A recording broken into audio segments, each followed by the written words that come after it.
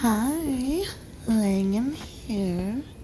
I just thought we would take in a look at my fireplace tank and what I have going on in there now. It's a decorative 10-gallon, and with tanks that are decorative, they're often more long than wide, which isn't good for most fish. So this tank has had kind of a journey, and I have landed on having.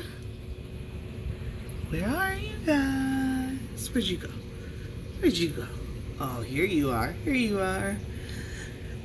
Blue coral, also sometimes called Mickey Mouse platies in here.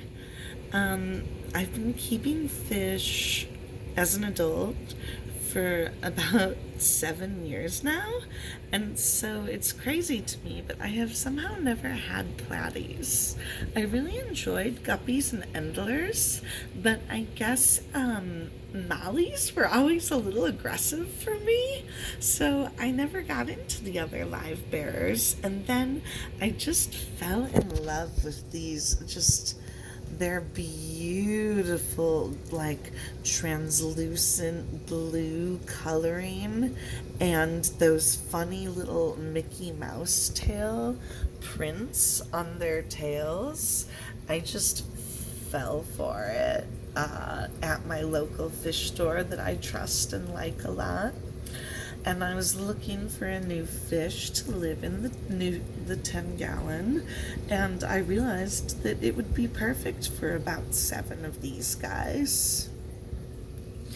Now, once they get bigger, they are going to need to well, they not once they get bigger, but they will have some babies, and they do eat their babies a little bit more than guppies, especially guppies with the antler gene, tend to. So, it will take a minute to get some babies in here. The plants and stuff that I have in here are gonna have to get really good and thick for enough babies to hide down in them to make it past the age where the parents accidentally see them as food. And once I get some babies in here, I'm gonna catch as many of the adults as I can and move them into the retirement tank because they will be beautiful in there. And then this tank will have the baby guppy, not guppies, the baby platies grow up in it. Platies do really well in any kind of water hardness. I'm sorry, they really do well in any kind of water hardness, but they do tend to prefer hard water, and they like a solid pH between 6.5 and 6.7. Although a lot of them, especially if they're bred in water similar to yours, they're gonna be okay. It's really it's really kind of a matter of your water and the water these guys were born in. So if they're tank raised locally, like these guys were, it is a lot easier to deal with. And I did not realize how much algae had already built up on the side of this tank before I started filming. I am so sorry, guys. I scrubbed this algae 3 days ago, and it grew that much back in 3 days.